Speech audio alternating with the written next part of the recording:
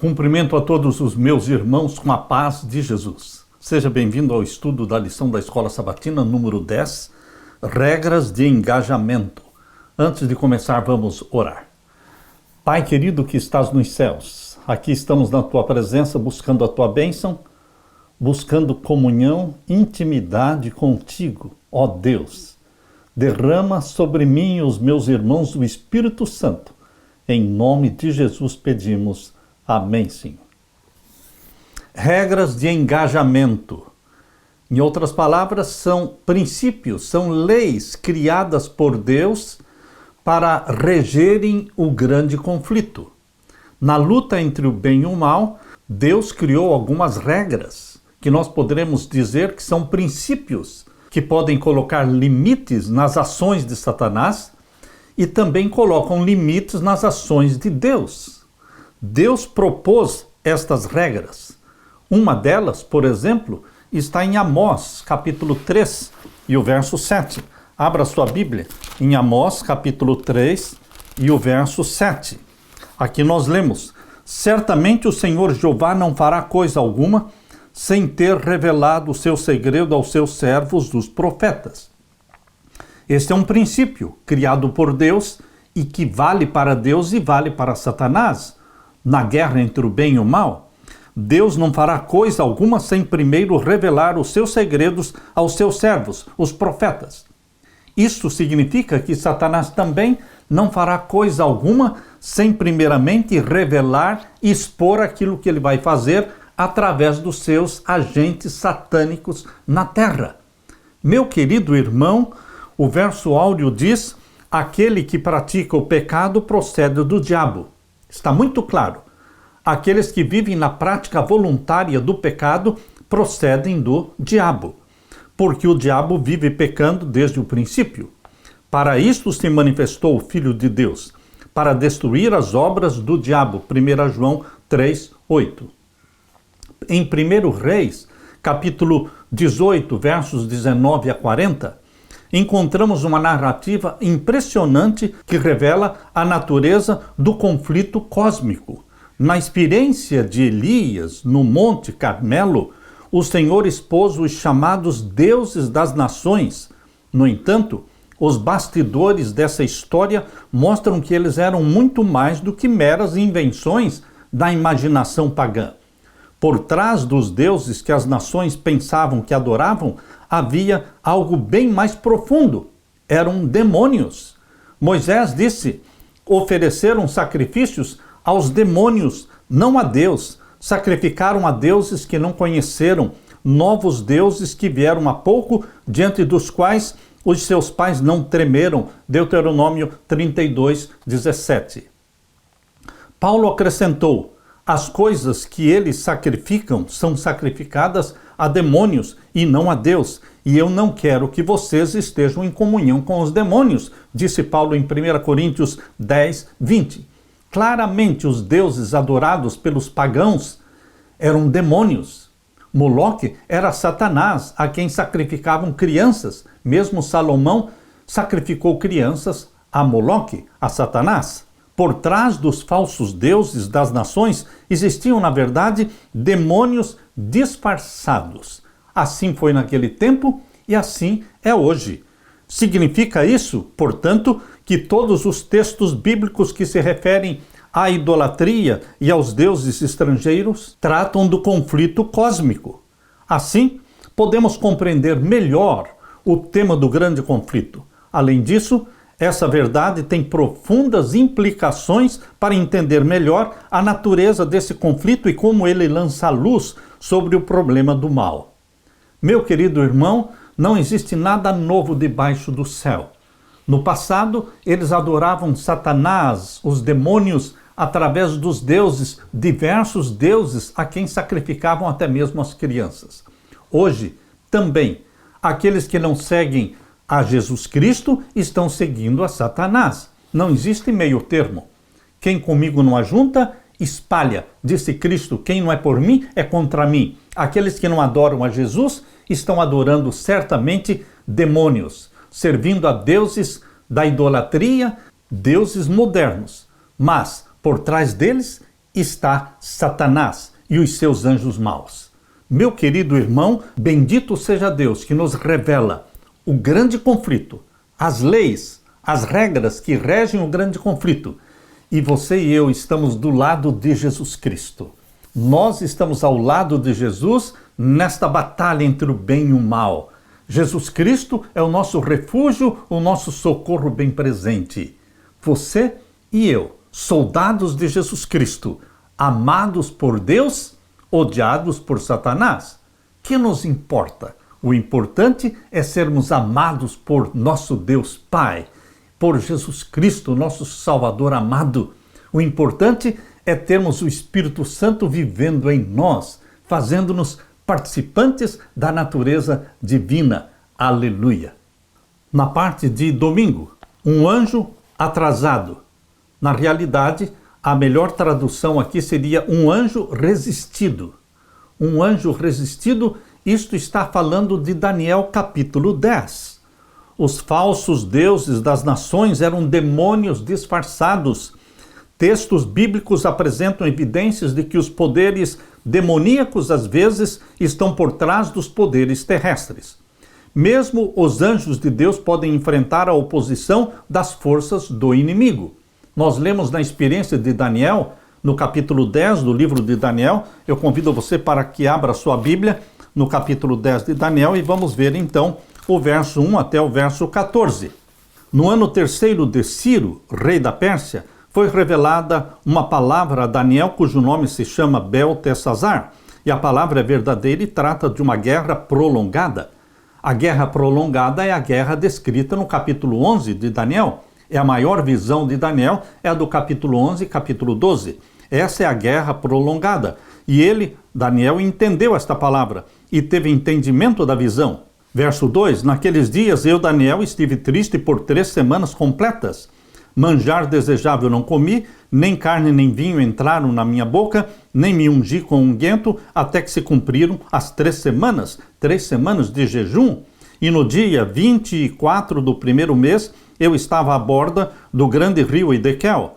E levantei os meus olhos e olhei e vi um homem vestido de linho e os seus lombos cingidos com ouro fino de Ufaz. E o seu corpo era como turquesa, e o seu rosto parecia um relâmpago, e os seus olhos como tochas de fogo, e os seus braços, seus pés como cor de bronze assacalado, e a voz das suas palavras como a voz de uma multidão. Essa é uma descrição linda que Daniel está fazendo aqui no capítulo 10 sobre Jesus. É Jesus, este personagem poderoso que se revelou a Daniel. Verso 7, e só eu, Daniel, vi aquela visão. Os homens que estavam comigo não a viram. Não obstante, caiu sobre eles muito grande temor e fugiram e escondendo-se. Fiquei, pois, eu só e vi esta grande visão e não ficou força em mim e transmudou-se em mim a minha formosura em desmaio e não retive força alguma. Contudo, ouvi a voz das suas palavras e ouvindo a voz das suas palavras, eu caí com o meu rosto em terra profundamente adormecido. A experiência de Daniel aqui no capítulo 10, diante deste anjo poderoso que é Jesus, é muito parecida com a experiência de João lá no Apocalipse, quando você vê o Apocalipse capítulo 1. E o verso 10 diz, e eis que uma mão me tocou e fez que me movesse sobre os meus joelhos e sobre as palmas das minhas mãos. E me disse, Daniel, homem muito desejado, está atento às palavras que te vou dizer e levanta-te sobre os teus pés, porque eis que te sou enviado. E falando ele comigo esta palavra, eu estava tremendo. Verso 12. Então me disse, não temas, Daniel, porque desde o primeiro dia em que aplicaste o teu coração a compreender e a humilhar-te perante o teu Deus, são ouvidas as tuas palavras, e eu vim por causa das tuas palavras. Aqui quem está falando é um anjo enviado por Jesus Cristo. Percebam que no início do capítulo 10, do verso 5 até o verso 9, é uma descrição de Jesus Cristo. Porém, aqui no capítulo 10 e o verso 10, quando fala, e eis que uma mão me tocou e fez que me movesse sobre os meus joelhos, e o verso 11 me disse, Daniel, homem muito desejado, está atento às palavras que te vou dizer, e levanta-te sobre os teus pés, porque eis que te sou enviado. Aqui quem está falando é o anjo que foi enviado por Jesus Cristo. Jesus apareceu para Daniel E agora é o anjo, provavelmente o anjo Gabriel, falando com Daniel no verso 11, no verso 12. E o verso 13 diz: mas o príncipe do reino da Pérsia se pôs defronte de mim 21 dias, e eis que Miguel, um dos primeiros príncipes, veio para ajudar-me, e eu fiquei ali com os reis da Pérsia. Agora vim para fazer-te entender o que há de acontecer ao teu povo nos derradeiros dias, porque a visão é ainda para muitos dias. Aqui nós temos uma descrição de Jesus Cristo e também do anjo Gabriel, que conversou com Daniel, que tocou em Daniel e que foi resistido por 21 dias. Por 21 dias, este anjo poderoso de Deus foi resistido e foi atrasado na sua missão. Meu querido irmão, o que essas palavras ditas aqui em Daniel 10, versos 12 e 13 ensinam que é relevante para o conflito cósmico? Por que o anjo enviado por Deus foi resistido durante 21 dias? É uma guerra entre o bem e o mal. Satanás estava impedindo que o anjo de Deus influenciasse a mente de Ciro para libertar o povo de Deus. E meu querido irmão, em ajuda, em resposta às orações de Daniel, veio o próprio Miguel, Jesus Cristo. Miguel é o nome de guerra de Jesus Cristo. E ele veio e então afugentou Satanás. E então a mente de Ciro foi influenciada por Deus para libertar o povo de Deus. Como um anjo de Deus, enviado por Deus, foi resistido por 3 semanas. Aí você vê a realidade da batalha entre o que é bom e o que é mal. Sendo todo-poderoso, Deus tinha o poder de responder a Daniel imediatamente, isto é, se Deus quisesse, ele poderia ter respondido Daniel imediatamente. Caso o Senhor exercesse seu poder para fazer isso, ele poderia fazer com que um anjo aparecesse a Daniel naquele mesmo instante. Contudo, o príncipe do reino da Pérsia, essa é uma referência a Satanás, o príncipe do reino da Pérsia, resistiu ao anjo de Deus durante 3 semanas. O que aconteceu?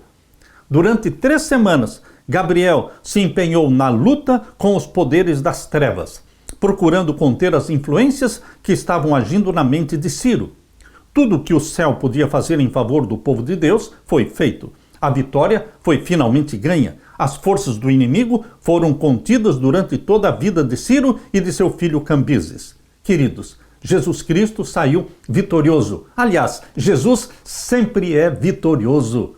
Satanás é derrotado, meu querido irmão. Foi derrotado no céu, expulso do céu. Foi derrotado por Jesus Cristo quando lá no deserto da tentação, nas 3 tentações, Jesus Cristo saiu vitorioso. Satanás também foi derrotado na cruz, porque Jesus Cristo, embora morrendo, morreu sem ter cometido nenhum pecado. Por isso ele assumiu os nossos pecados e ao morrer na cruz, esmagou a cabeça da serpente. A morte de Cristo não foi fracasso. A morte de Cristo foi vitória, vitória do bem, vitória de Deus. Satanás foi vencido também na manhã da ressurreição, quando Jesus ressuscitou e olhando para o túmulo aberto, disse: eu sou a ressurreição e a vida.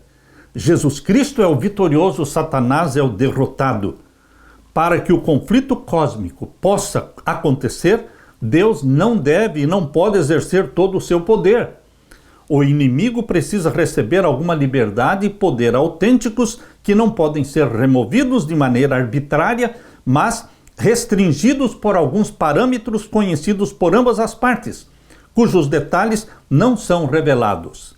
Parece que dentro do conflito cósmico existem alguns parâmetros aos quais até os anjos de Deus se submetem e que podemos chamar de regras de engajamento, ou melhor, princípios e leis criados por Deus para regerem, para controlarem este conflito entre o bem e o mal.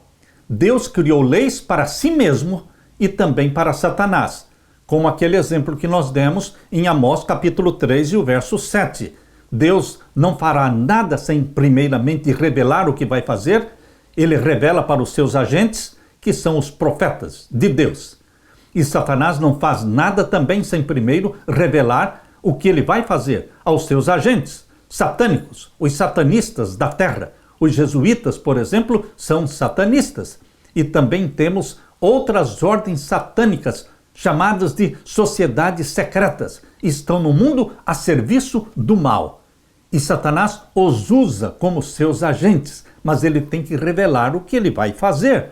Meu querido irmão, nós precisamos deste Miguel, deste Jesus Cristo, que vem em nosso socorro. Ele é o vencedor. Ele venceu a Satanás muitas vezes e Jesus vem em socorro dos seus irmãos, comprados pelo seu sangue. Você e eu, nós temos à nossa disposição o poder de Jesus Cristo e o Espírito Santo que em nós habita. Meu querido irmão, nós somos chamados para a vitória. E é na vitória de Jesus Cristo que nós nos gloriamos. Aleluia! Na parte de segunda-feira, o dragão do Apocalipse. Abra sua Bíblia em Apocalipse capítulo 12. Capítulo 12 de Apocalipse, vamos ver então os versos 3 até o verso 9. O livro do Apocalipse nos apresenta uma visão mais ampla de como os poderes celestiais atuam no conflito cósmico. O diabo é descrito aqui no Apocalipse como o grande dragão que se opõe a Deus e seduz todo o mundo. Lemos então capítulo 12 de Apocalipse e os versos 3 a 9. E viu-se outro sinal no céu, e eis que era um grande dragão vermelho que tinha 7 cabeças e 10 chifres, e sobre as suas cabeças 7 diademas. Esse dragão é Satanás. Isto está claramente descrito aqui no verso 9. E foi precipitado o grande dragão, antiga serpente, chamado o diabo, e Satanás, que engana todo mundo. Ele foi precipitado na terra e os seus anjos foram lançados com ele. Portanto, esse dragão, com 7 cabeças e 10 chifres, é Satanás. E o verso 4 diz: e a sua cauda levou após si a terça parte das estrelas do céu. Aqui está falando que Satanás trouxe com ele a terça parte dos anjos do céu. Foram lançados sobre a terra, e lançou-as sobre a terra. E o dragão parou diante da mulher, que havia de dar à luz, para que, dando ela à luz, lhe tragasse o filho. É o esforço que Satanás fez para destruir o Filho de Deus já como um bebê. Quando foi para ele nascer na terra, Satanás tentou destruir a vida de Jesus já como uma criança, quando, usando Herodes, mandou matar todas as crianças de 2 anos para baixo. Porém, Deus protegeu o seu filho, porque não era a hora ainda de enfrentar a Satanás. Deus teve que proteger Jesus Cristo para que Satanás não extrapolasse os limites das tentações, porque Satanás preferia vencer Jesus ainda bebê, ainda criança, antes que ele se tornasse adulto. Porém, Jesus Cristo veio para enfrentar a Satanás exatamente onde Adão caiu. Adão caiu como adulto e Jesus Cristo é o segundo Adão, veio para iniciar onde Adão caiu. Por isso, Satanás, de certa forma, em certo sentido, tinha alguns limites, algumas restrições em suas tentações sobre Jesus quando criança e até quando juvenil e até quando adolescente. Porém, quando Jesus Cristo completou a idade da maioridade, 30 anos de idade, e foi batizado nas águas e depois foi batizado pelo Espírito Santo, então ele foi exposto diante de Satanás para ser tentado da forma como Satanás quisesse.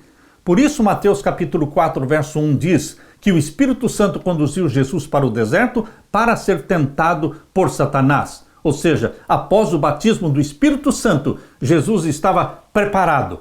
Agora ele tinha 30 anos. Agora ele era um adulto batizado pelo Espírito Santo e Satanás agora não teria mais restrições em suas tentações.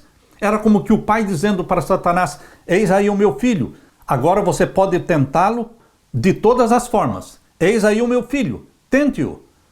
Meu querido irmão, Jesus Cristo estava batizado pelo Espírito Santo. Esse é o batismo que você e eu precisamos, o batismo do Espírito Santo. Precisamos da chuva temporã do Espírito Santo? Sim, mas precisamos também da chuva serôdia do Espírito Santo. Precisamos nascer do Espírito, mas também precisamos ser batizados pelo Espírito para sermos uma resistência e uma fortaleza contra o mal. Aleluia! Aqui diz em Apocalipse capítulo 13, Abra sua Bíblia em Apocalipse capítulo 13, vamos ler o verso 1 até o verso 9. E eu me pus sobre a areia do mar e vi subir do mar uma besta que tinha 7 cabeças e 10 chifres. Tal pai, tal filho. Não é assim que se diz? O dragão tem o seu representante na terra. E o seu representante na terra é descrito aqui na Bíblia também como um animal, uma besta que subiu do mar. Tinha também 7 cabeças e 10 chifres, assim como o dragão tem 7 cabeças e 10 chifres. E sobre os seus chifres 10 diademas, e sobre as suas cabeças um nome de blasfêmia. E aqui diz o verso 2, essa descrição feita no capítulo 13, verso 1, aplica-se diretamente a um poder político religioso que se chama o papado. O papado que dominou o mundo durante a Idade Média por 1260 anos, de 538 até 1798, foi um poder e um domínio absoluto do papado sobre os reinos da terra. E agora, no tempo do fim, a história vai se repetir.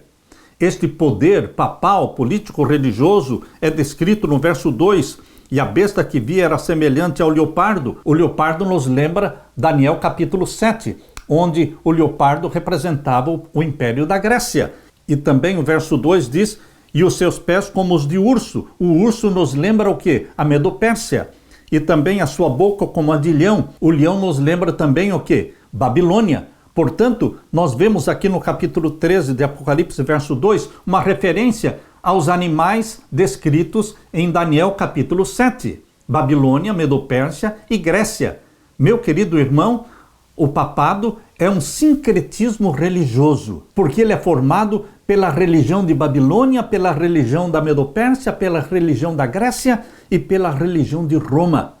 Queridos, é um sincretismo religioso o papado. Por isso diz aqui que a besta era semelhante ao leopardo, Grécia, os seus pés semelhantes ao de urso, Medo-Pérsia e a sua boca como a de leão. Aqui está então Babilônia. E o dragão deu-lhe o seu poder, ou seja, Satanás foi quem deu poder e deu também geograficamente o território do Vaticano ao papado. Este território onde está localizado o Vaticano hoje foi uma doação que veio do Império Romano pagão. O dragão deu-lhe o seu poder e o seu trono e grande poderio.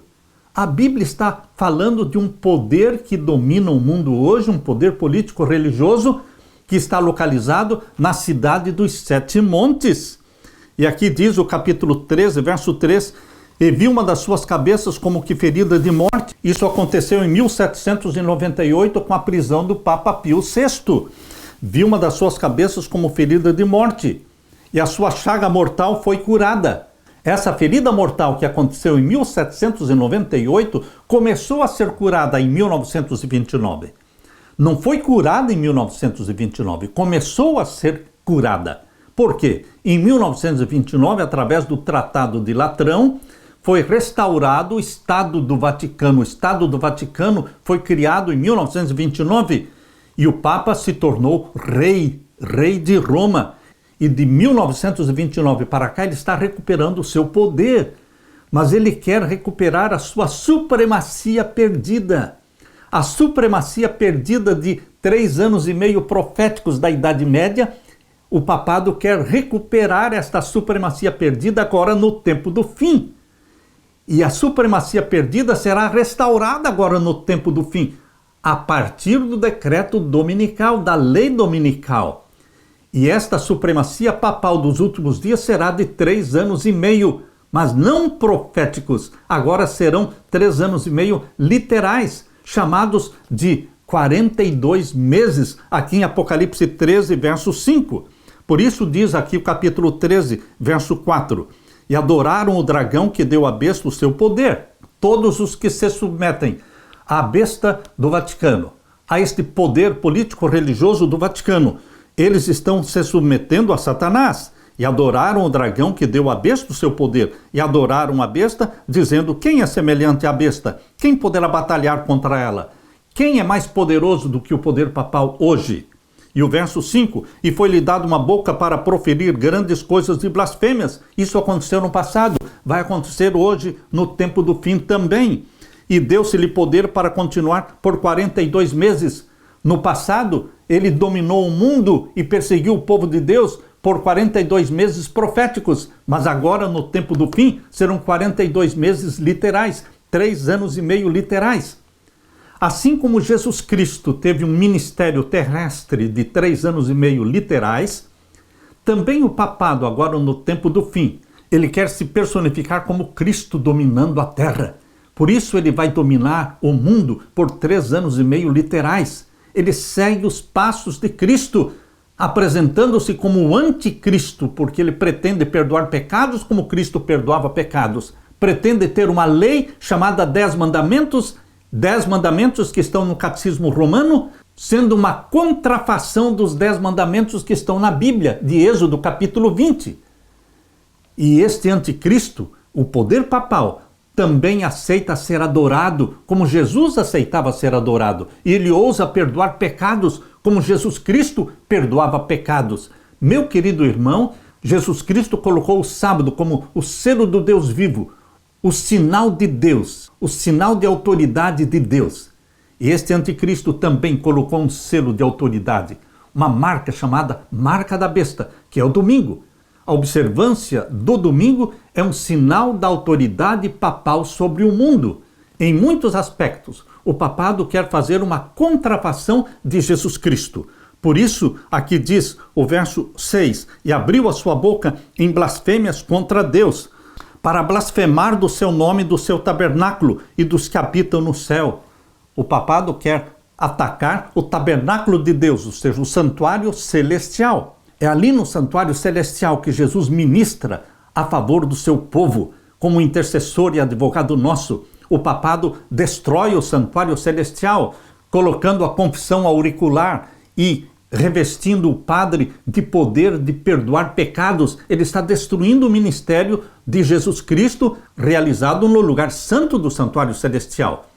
Mas, não contente com isso, o papado também quer atingir o Santíssimo do Santuário Celestial, instituindo a lei dominical na terra e anulando a lei de Deus, que manda guardar o sábado. Quando a lei dominical for implantada na terra, Satanás terá destruído o Santuário Celestial. Usando o papado, ele vai atacar diretamente o Santuário Celestial, destruindo o ministério do lugar santo e destruindo a lei de Deus do lugar santíssimo. Meu querido irmão, por isso que Deus revela que agora no tempo do fim, depois que a ferida mortal for curada, o que ele fará? Capítulo 13, verso 6. Abriu a sua boca em blasfêmias contra Deus para blasfemar do seu nome, do seu tabernáculo e dos que habitam no céu. E foi-lhe permitido fazer guerra aos santos e vencê-los. Deus está dizendo que assim como no passado, o papado destruiu a vida de mais de 50 milhões de mártires que morreram por sua fé em Jesus Cristo, agora no tempo do fim ele voltará a fazer mártires. Porque aqui diz o verso 7, foi-lhe permitido fazer guerra aos santos e vencê-los. O número dos mártires ainda não se completou, diz Apocalipse capítulo 6, mas vai se completar agora após o decreto dominical. Nesse domínio mundial do tempo do fim, o papado vai completar o número dos mártires, vai fazer guerra aos santos e vencê-los. E deu-se-lhe poder sobre toda a tribo, língua e nação. É um domínio universal. Todos os 10 reinos da terra. Os 10 reinos da terra mencionados em Apocalipse 17, versos 12 e 13. Ali diz que os 10 reis modernos vão dar poder e autoridade para que o poder papal reine sobre tudo e sobre todos. Por isso diz aqui, deu-se-lhe poder sobre toda a tribo, língua e nação, e adoraram-na todos os que habitam sobre a terra, esses cujos nomes não estão escritos no livro da vida do Cordeiro que foi morto desde a fundação do mundo.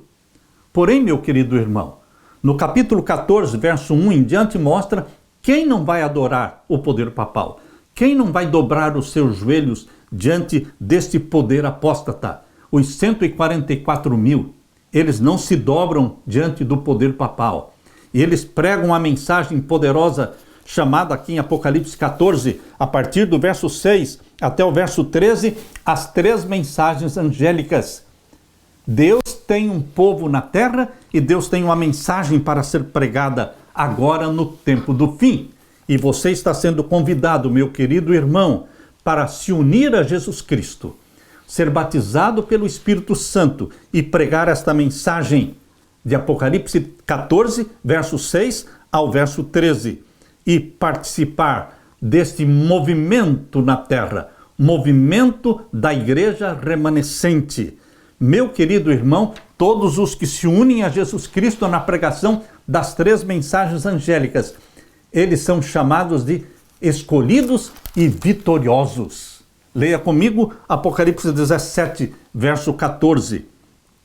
Estes reis da terra, que são 10 reis modernos, que vão se unir e dar o seu poder e autoridade ao poder papal. Apocalipse 17, verso 13. Estes têm o mesmo intento e entregarão o seu poder e autoridade à besta. Os 10 reinos modernos entregarão seu poder e autoridade à besta. Que besta? A besta papal. E o verso 14. Estes combaterão contra o Cordeiro, e o Cordeiro os vencerá. E o que você diz? Aleluia! O Cordeiro os vencerá. Por quê? Porque ele é o Senhor dos senhores, e ele é o Rei dos reis. E vencerão os que estão com ele. Quem está com ele? Você e eu estamos com ele, porque nós amamos a Jesus e guardamos os seus mandamentos. Nós estamos com ele, com Jesus, e somos chamados de eleitos e fiéis. Aleluia, porque Deus nos chama de eleitos e fiéis e somos vitoriosos em Jesus Cristo. Aleluia. Na parte de terça-feira, o caso de Jó. No livro de Jó, encontramos alguns vislumbres fascinantes sobre a realidade do grande conflito. Quando você lê Jó capítulo 1 e Jó capítulo 2, você percebe que, nesse grande conflito, Satanás se tornou o príncipe deste mundo. Quando? Quando Adão pecou, ele transferiu para Satanás o poder e a autoridade que Deus tinha dado a ele. Adão deveria ser o representante da família humana, mas quando pecou, se tornou servo de Satanás e Satanás se tornou o representante da família humana. Por isso, os capítulos 1 e 2 de Jó mostram Satanás comparecendo no céu durante os concílios celestiais. Abra sua Bíblia e veja esta descrição que é feita em Jó capítulo 1 e os versos 1 até o verso 12. Havia um homem na terra de Uz, cujo nome era Jó. Este era um homem sincero, reto e temente a Deus e desviava-se do mal. E nasceram-lhe 7 filhos e 3 filhas. E era o seu gado 7.000 ovelhas e 3.000 camelos e 500 juntas de bois e 500 jumentas. Era também muitíssima gente ao seu serviço, de maneira que este homem era maior do que todos os do Oriente. E iam seus filhos e faziam banquetes em casa de cada um no seu dia, e enviavam e convidavam as suas 3 irmãs a comerem e beberem com eles. Sucedeu, pois, que, tendo decorrido o turno de dias de seus banquetes, enviava Jó e os santificava, e se levantava de madrugada e oferecia holocausto segundo o número de todos eles, porque dizia Jó: porventura pecaram os meus filhos e blasfemaram de Deus no seu coração. Assim o fazia Jó continuamente. Portanto, Jó era um homem temente, um pai sacerdote, um pai que intercedia pelos seus filhos. E o verso 6: e vindo um dia em que os filhos de Deus vieram apresentar-se perante o Senhor, veio também Satanás entre eles. Por que Satanás compareceu no céu, nesse concílio convocado por Deus? Porque ele representava o planeta Terra. Veio entre eles também Satanás. Verso 7. Então o Senhor disse a Satanás, Deus conversou com Satanás, porque ele representava a Terra. E o Senhor disse a Satanás, de onde vens? E Satanás respondeu ao Senhor e disse, de rodear a terra e passear por ela. E disse o Senhor a Satanás, observaste tu ao meu servo Jó? Porque ninguém há na terra semelhante a ele, homem sincero e reto, temente a Deus e desviando-se do mal. Então respondeu Satanás ao Senhor e disse, porventura teme Jó a Deus de balde? Porventura não o cercaste tu de bens a ele e a sua casa e a tudo quanto tem? A obra das suas mãos abençoaste, o seu gado está aumentado na terra? Mas estende a tua mão e toca-lhe em tudo quanto tem, e verás se não blasfema de ti na tua face. E disse o Senhor a Satanás, eis que tudo quanto tem está na tua mão, somente contra ele não estendas a tua mão. E Satanás saiu da presença do Senhor. Meu querido irmão, aqui em Jó capítulo 1 é descrito o conflito. Satanás representa a família humana E Deus então pergunta: você viu lá o meu servo Jó? Você viu que ele é fiel e é temente a Deus? E então Satanás acusa Jó diante de Deus, dizendo: ele serve a Deus porque o Senhor é bom para ele, cuida de tudo para ele, tem acumulado riquezas para ele, por isso ele te serve. Mas na realidade Jó não ama a Deus, ele só tem interesses. E então Deus, para provar a sinceridade e a lealdade de Jó, Deus permite que Satanás destrua tudo quanto Jó possuía. Aqui nós vemos a descrição do conflito cósmico entre o bem e o mal. Meu querido irmão, você está neste conflito entre o bem e o mal. Assim como Deus observava Jó e permitiu que Jó fosse provado, para provar diante do universo todo de que existem filhos e filhas na terra que são sinceros e fiéis e tementes a Deus, assim também hoje o conflito não acabou. Nós fazemos parte deste conflito. E Deus olha para você como um filho, como uma filha, sinceros de coração. E Satanás tenta você e a mim como tentou a Jó, naquilo que Deus permite. Porque Satanás, ele tem um poder limitado. Ele só pode ir até onde Deus permite. Mas Deus não permite tudo. Deus coloca limites, restrições. Isto faz parte da regra do jogo. Isto faz parte das regras do engajamento. São princípios e leis criados por Deus que impedem Satanás de extrapolar esses limites e exige que Satanás conte tudo o que ele vai fazer antes de fazer, e também Deus tem que contar tudo o que vai fazer antes de fazer. Assim, estas leis são regras do engajamento, regras que regem o conflito entre o bem e o mal. Primeiro, Deus concedeu a Satanás poder sobre tudo o que Jó tinha, mas proibiu que infligisse danos pessoais a ele. Depois, Satanás afirmou que Jó só se preocupava consigo mesmo. Deus permitiu que Satanás atingisse Jó pessoalmente, mas ordenou que a sua vida fosse poupada. Isso está no capítulo 2, versos 3 a 6. Aqui diz: e disse o Senhor a Satanás: observaste ao meu servo Jó? Porque ninguém há na terra semelhante a ele, homem sincero e reto, temente a Deus, desviando-se do mal e que ainda retém a sua sinceridade, havendo-me tu incitado contra ele para o consumir sem causa.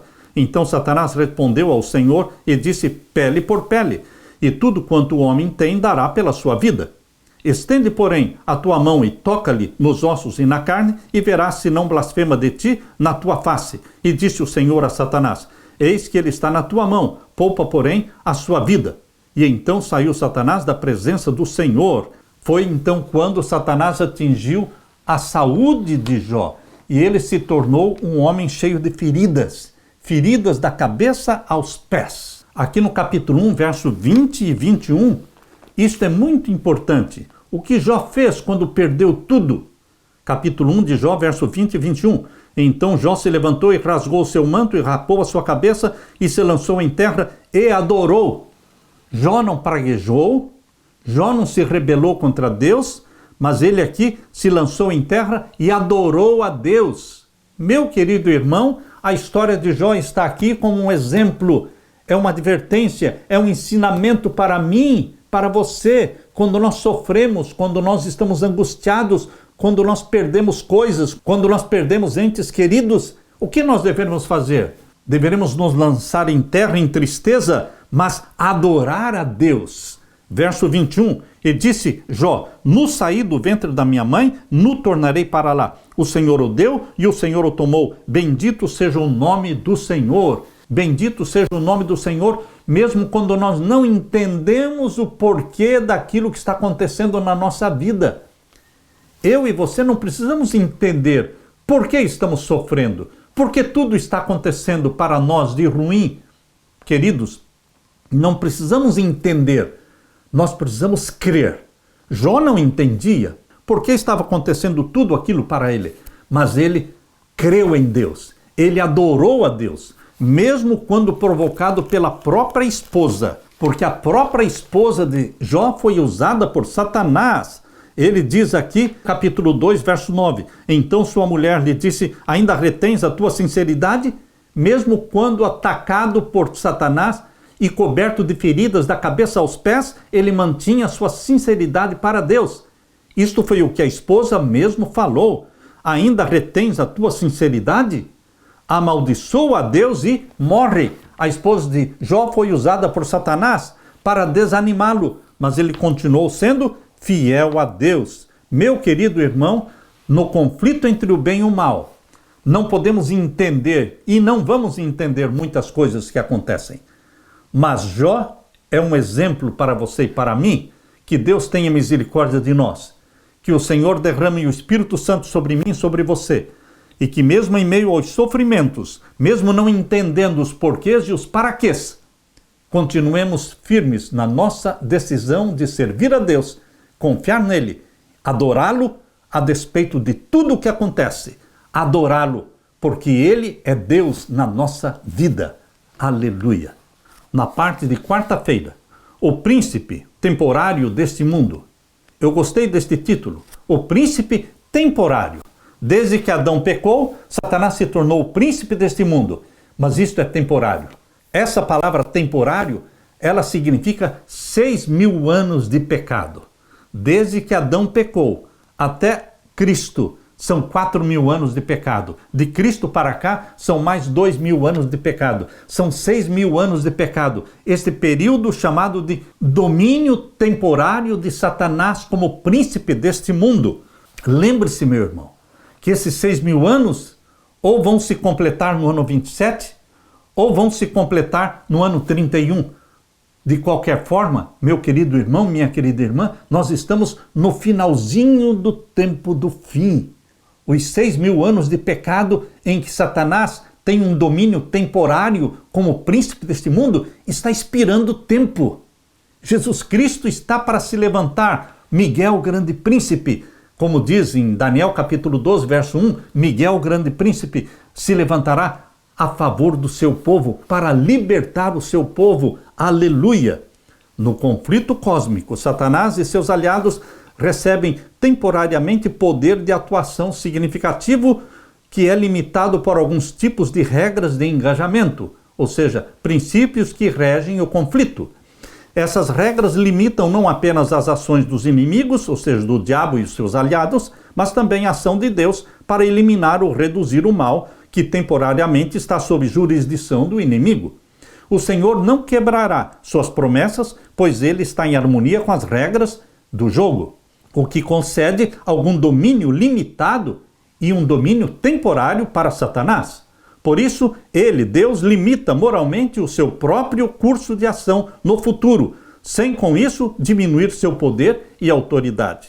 Abra sua Bíblia em João capítulo 12. Abra sua Bíblia em João capítulo 12, vamos ver então o verso 31.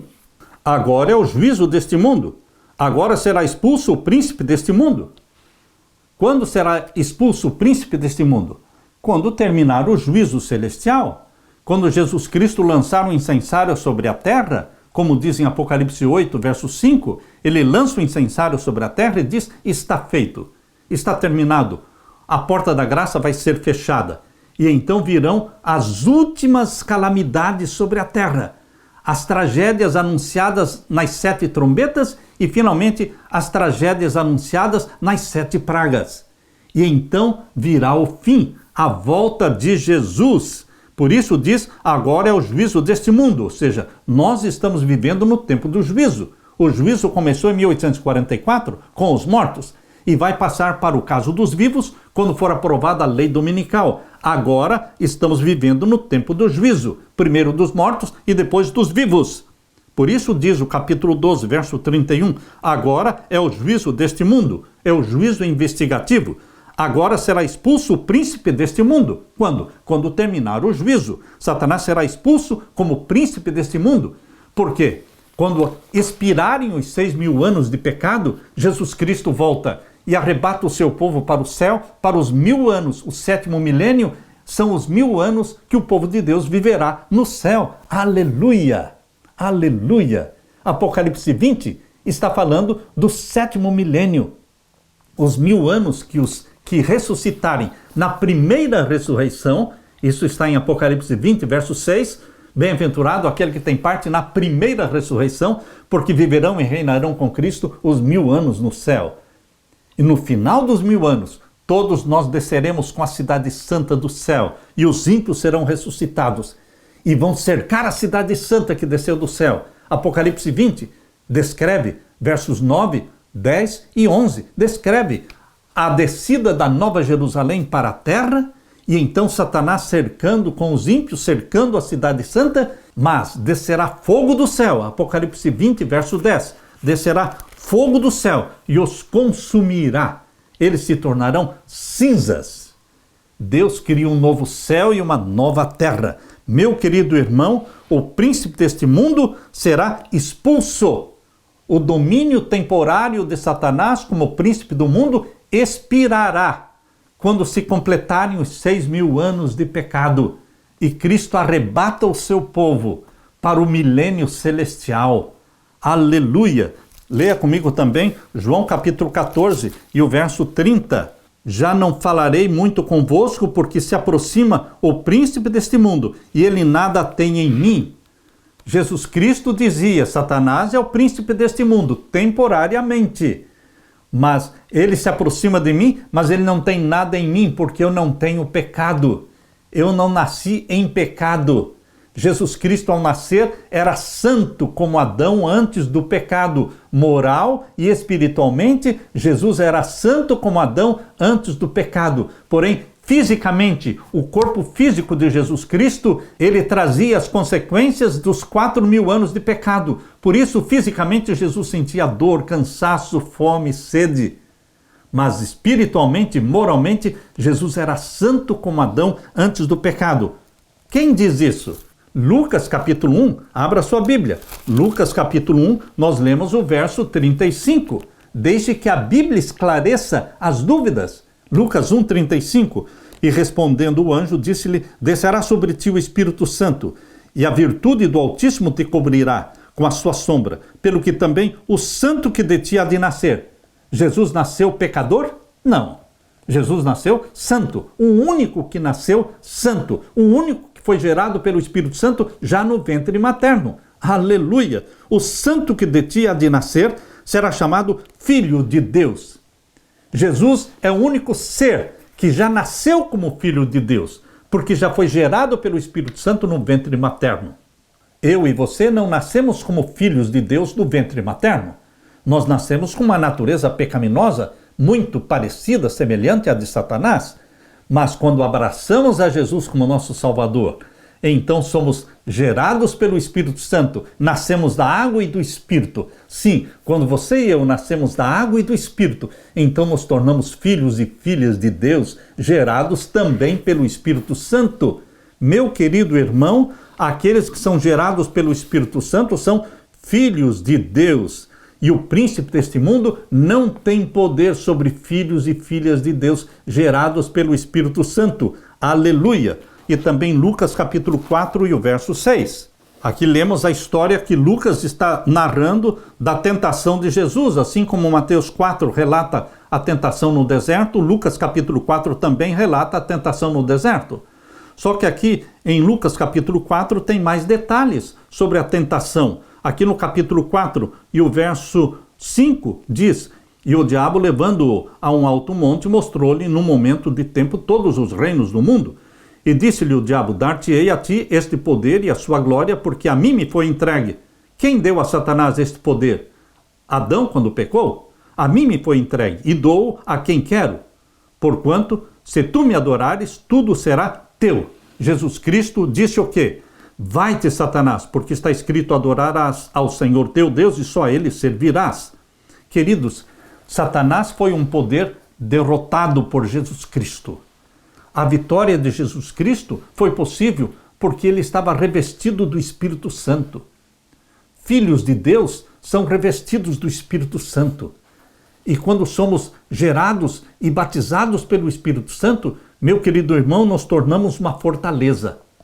Qualquer filho, qualquer filha de Deus, gerado pelo Espírito Santo e depois batizado pelo Espírito Santo, se torna uma fortaleza contra Satanás. O mal ainda existe no mundo porque Satanás ainda é o príncipe temporário desse mundo. até que Jesus Cristo retorne à terra, quando os 6.000 anos de pecado expirarem, e arrebate o seu povo para o milênio celestial, o 7º milênio. Aleluia! Está próximo o início do 7º milênio, meu irmão. Ou o ano 2027, ou o ano 2031, uma ou outra data estará assinalando o término dos 6.000 anos e o início do 7º milênio, que a Bíblia diz que nós vamos estar no céu. Aleluia, aleluia! Domínio temporário de Satanás de 6.000 anos. Assim como Deus disse, 6 dias trabalharás, 6 dias pertence aos homens, mas o 7º dia é o sábado do Senhor teu Deus.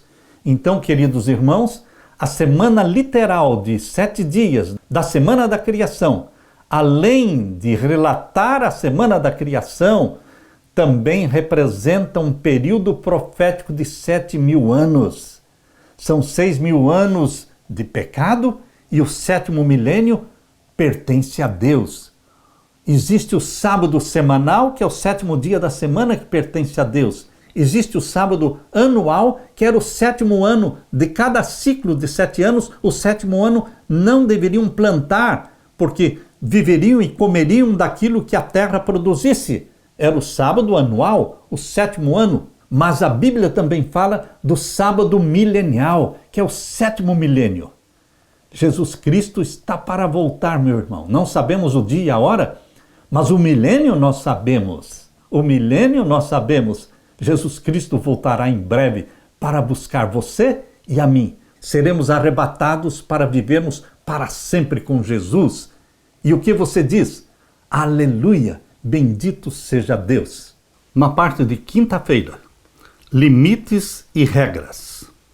O campo de batalha é o planeta Terra, mas o conflito é cósmico. O conflito é para todo o universo. O conflito cósmico é, acima de tudo, uma disputa a respeito do caráter de Deus, gerada pelas acusações que o diabo fez contra o governo de Deus, a bondade de Deus, a sua justiça. É uma espécie de processo judicial da aliança que envolve o universo inteiro. Tal conflito não pode ser resolvido simplesmente pelo poder, mas exige que cada lado demonstre as suas afirmações.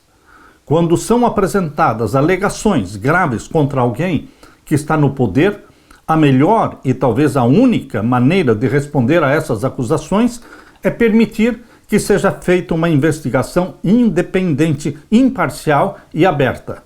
No caso de Deus, se as acusações ameaçam seu governo, que está fundamentado no amor, elas não podem simplesmente ser varridas para debaixo do tapete. Quando Lúcifer levantou acusações contra Deus, o Pai, no céu, queridos, uma das formas que Deus poderia agir era simplesmente destruir Lúcifer, ou então expulsá-lo do céu.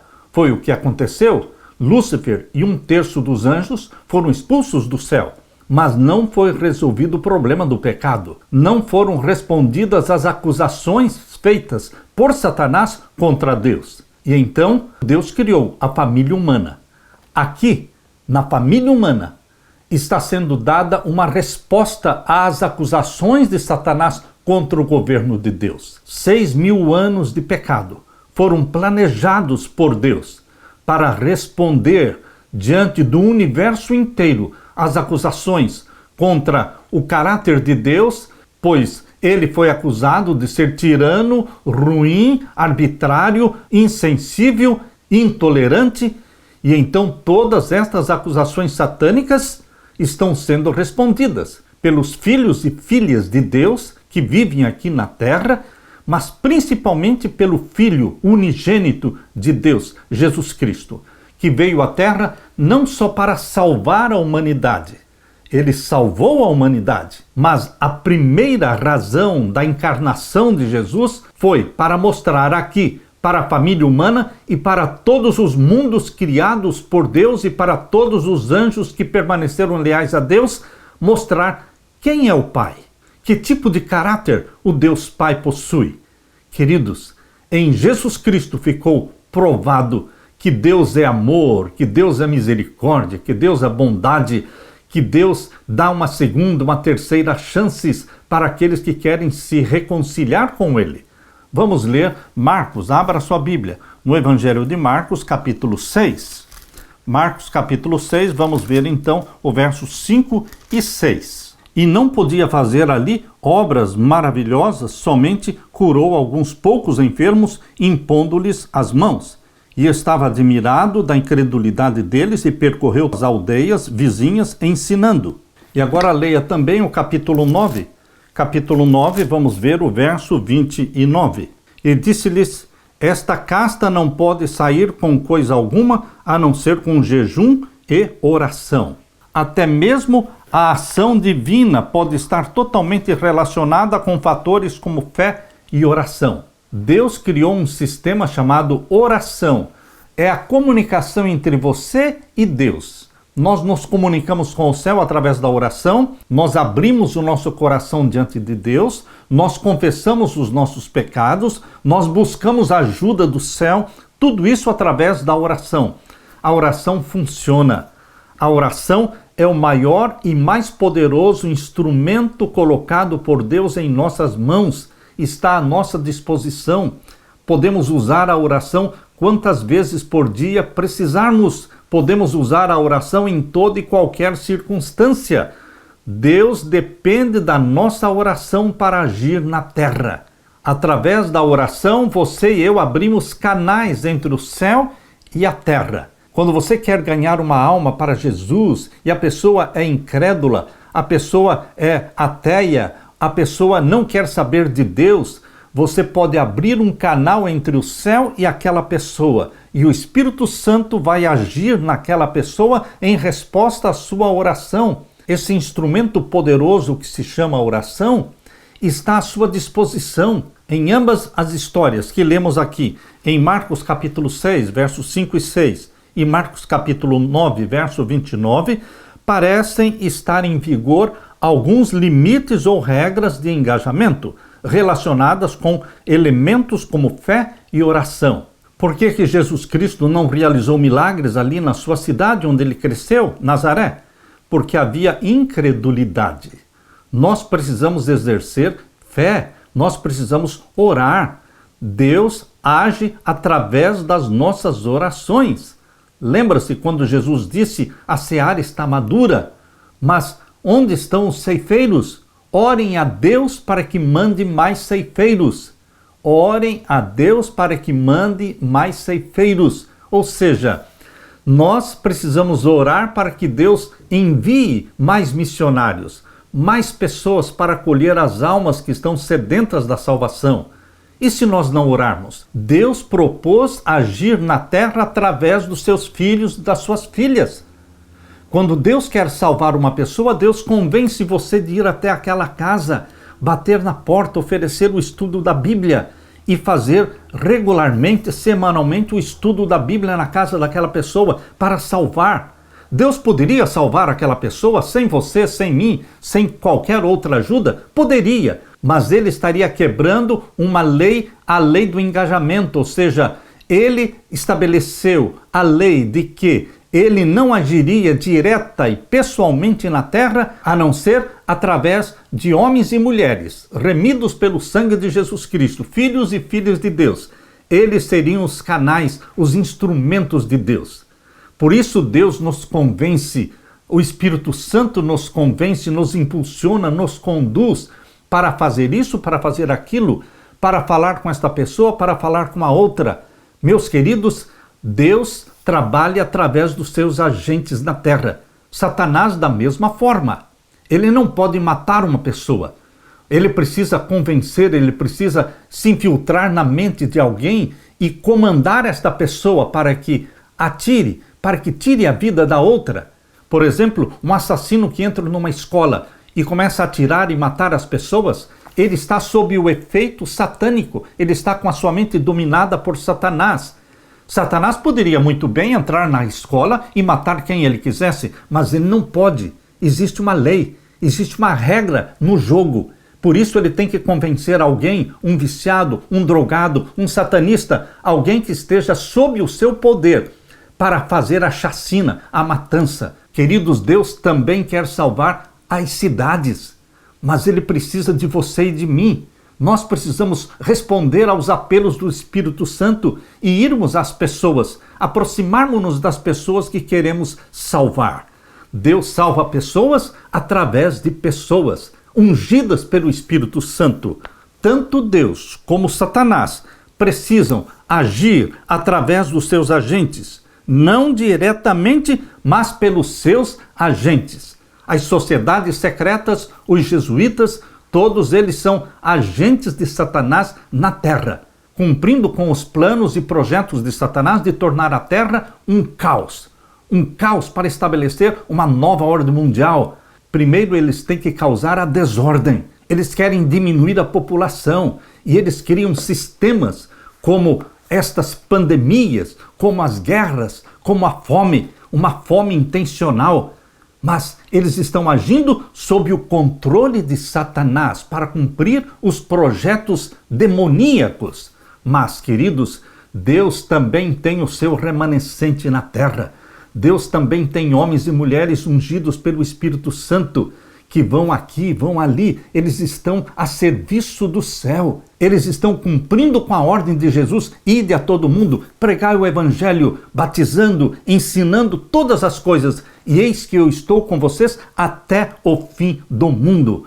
O mais fraco dos filhos e filhas de Deus, o mais fraco, quando se apega a Jesus Cristo e quando é batizado pelo Espírito Santo, se torna uma inexpugnável fortaleza contra Satanás.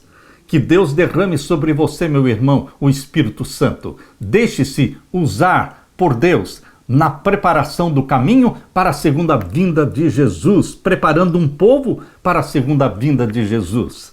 Aleluia! Deixe-me orar com você. Pai querido que estás nos céus, nós te louvamos porque a vitória pertence a Jesus. Nós te louvamos porque a vitória pertence a todos os filhos e filhas de Deus na terra, nascidos do Espírito Santo, gerados pelo Espírito Santo e também batizados pelo Espírito Santo. Temos a vitória de Jesus Cristo sobre toda a tentação de Satanás. A nossa alegria é te agradar, Pai amado, fazer a tua vontade, honrar o teu nome, exaltar a tua santa lei. Derrama o teu Santo Espírito sobre mim e os meus irmãos e volte logo, Jesus amado, nos buscar, pois em teu nome que pedimos. Amém, Senhor. Amém. Deixo com você, meu irmão, minha irmã, a paz de Jesus. Amém.